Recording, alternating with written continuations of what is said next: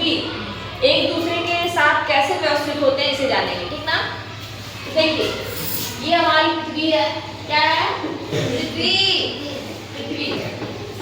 और पृथ्वी के चारों चंद्रमा चक्कर लगाता है, ऐसे ऐसे कक्षा में चक्कर लगाता है। और ये चक्कर लगाने में चंद्रमा को 27.5 दिन लगता है। कितना लगता है? 27.5 दिन। आएगा समझ में?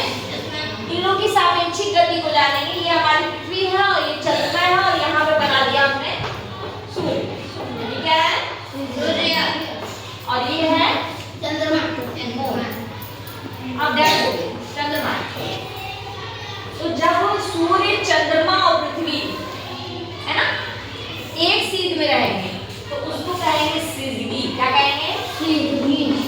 ध्यान देना, जब सूर्य, चंद्रमा और पृथ्वी एक सीध में रहे, ये इधर भी हो सकता है और इधर भी हो सकता है। एक सीध में तीनों रहे तो क्या होगा? सिजगी। सिजगी कहेंगे, सिजगी।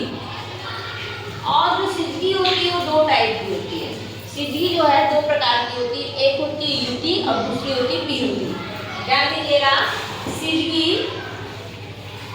दो टाइप की होती है, एक को कहते हैं युति और दूसरे को कहते हैं वियुति। अब जानिए कि युति क्या है। कंजक्शन और ऑपोजिशन। युति को कंजक्शन कहेंगे और वियुति को ऑपोजिशन। तो देखिए जब सूर्य और पृथ्वी के बीच में चंद्रमा रहेगा तो इसको कहेंगे युति।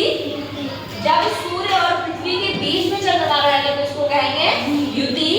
और जब सूर्य और चंद्रमा के बीच में पृथ्वी आ जाए तो इसको कहेंगे वियुति। याद रहेगा ना, ये भी चंद्रमा है। दो प्रकार की होती है, एक होती है युति और दूसरी होती है वियुति। अब युति क्या है? जब सूर्य पृथ्वी के बीच में चंद्रमा हो तो कहेंगे युति। और ये किस दिन होगी? अमावस्या के दिन। कब होगी? अमावस्या के दिन। और जब सूर्य चंद्रमा के बीच में पृथ्वी हो तो उसे कहेंगे वियुति। और ये कब होगी? पूर्णिमा के दिन। इतनी बात याद रहेगी। नेक्स्ट देखिए, ध्यान दीजिए। अब यहाँ पे सूर्य का प्रकाश पड़ रहा है, सूर्य का प्रकाश पूरा चंद्रमा पे पड़ रहा है, फिर आधा भाग क्या रहेगा? प्रकाशित रहेगा, आधे भाग में क्या रहेगा? अंधेरा रहेगा। तो जब इधर अंधेरा रहेगा तो पृथ्वी पे तो चांद दिखेगा ही नहीं, दिखेगा? नहीं दिखेगा। तो यहाँ पे अमावस्या हो जाएगी, चांद नहीं दिखता है। अमावस्या के दिन क्या होता है? चांद नहीं दिखता है, नहीं दिखता है। तो यहाँ न्यू मून रहेगा, क्या रहेगा? न्यू मून, अमावस्या। आई बात समझ में? अब धीरे धीरे जब चंद्रमा ऐसे गोल गोल परिक्रमा करते करते करते करते यहाँ पे आएगा तो आधा चांद दिखेगा। कितना चांद दिखेगा? यहाँ रहेगी सप्तमी या अष्टमी। सप्तमी या अष्टमी के दिन आधा चांद दिखेगा। कितना दिखेगा? आधा चांद दिखेगा। और आते आते आते आते यहाँ पे पूरा चांद दिखने लगेगा। कैसे? ये पूरा प्रकाशित हो जाएगा और जो धरती की ओर चांद है वो क्या हो जाएगा? प्रकाशित हो जाएगा। और जो धरती की विपरीत दिशा में चांद है वो क्या होगा? अंधेरा हो जाएगा। इतनी बात समझ में आ रही है? तो यहाँ हो जाएगी पूर्णिमा। क्या हो जाएगी? पूर्णिमा। यानी कि फुल मून। क्या हो जाएगा? Full moon. और ये बन जाएगी फुल मून हो जाएगा, इसे कहेंगे पूर्णिमा। क्या बोलेंगे? पूर्णिमा। कितनी कम होगा और कम करते यहाँ पे आधा आएगा, यहाँ भी होगा सप्तमी या अष्टमी का दिन। सप्तमी या अष्टमी के दिन ये आधा दिखने लगेगा और उसका धीरे धीरे करते करते चांद पूरा गायब हो जाएगा। आगे बात समझ में? तो देखो यहाँ गायब था और यहाँ धीरे धीरे थोड़ा थोड़ा दिख रहा है, थोड़ा दिखते दिखते आधा दिखा और धीरे धीरे करते करते यहाँ पूरा दिखने लगा। तो इस आधे 15 दिन को कहेंगे शुक्ल पक्ष। क्या कहेंगे? शुक्ल पक्ष। ये शुक्ल पक्ष है क्योंकि इसमें चंद्रमा बढ़ रहा है, धीरे धीरे अभी दिख रहा है।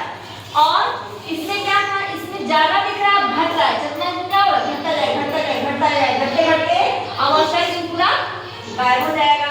तो इस पक्ष को कहेंगे 15 दिन को कृष्ण पक्ष। आगे बात सुनते हैं?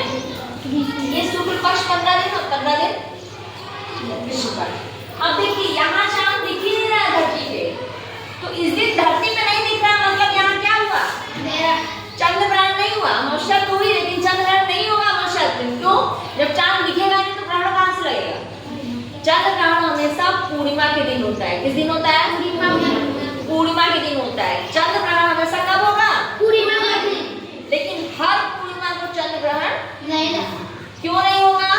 क्योंकि धरती जो है अपने तल पे 23.5 डिग्री अक्ष पर झुकी हुई है। अक्ष पर जो धरती है वो 23.5 डिग्री झुकी हुई है। चांद से थोड़ा सा झुका हुआ है, सीधे नहीं है। तो कभी ये तीनों एक सीध में नहीं पड़ते हैं। सूर्य चंद्रमा भी एकदम एक तल में एक सीध में नहीं पड़ते, एक रेखा में नहीं होते, कहीं ना कहीं से चांद को प्रकाश मिल जाता है। जब ऐसी सिचुएशन आती है कि सूर्य चंद्रमा और पृथ्वी का तल भी एक हो, कक्षीय तल जो है एक हो जाता है, तभी क्या लगता है? चंद्र ग्रहण लगता है। चंद्र ग्रहण कब लगेगा? जब सूर्य और चंद्रमा के बीच में पृथ्वी आ जाएगी और उस दिन पक्का पूर्णिमा होगी। क्या होगा? पूर्णिमा। लेकिन किस दिन? जब तीनों एक ही तल में हो, उनका कक्षीय तल, और ऐसा बहुत किसी पूर्णिमा के दिन होता है, ठीक ना। अब हम सूर्य ग्रहण को समझ लेते हैं। सूर्य ग्रहण कब होगा? जब सूर्य और पृथ्वी के बीच में चंद्रमा आ जाता है और क्या होता है? अमावस्या होती है। लेकिन हर अमावस्या को सूर्य ग्रहण नहीं लगता। क्यों नहीं लगता है? क्योंकि तीनों एक तल में नहीं होते। पृथ्वी भी अपना क्या होती है? थोड़ा सा 23.5 डिग्री झुकी हुई है और कक्षीय तल से 66.5 डिग्री झुकी हुई है। पढ़ चुके हो ना इसे? और जो चांद है वो भी सीधा नहीं, वो भी हल्का सा झुका हुआ है। तो हर अमावस्या को सूर्य ग्रहण नहीं होता है, हर पूर्णिमा को चंद्र ग्रहण नहीं लगता।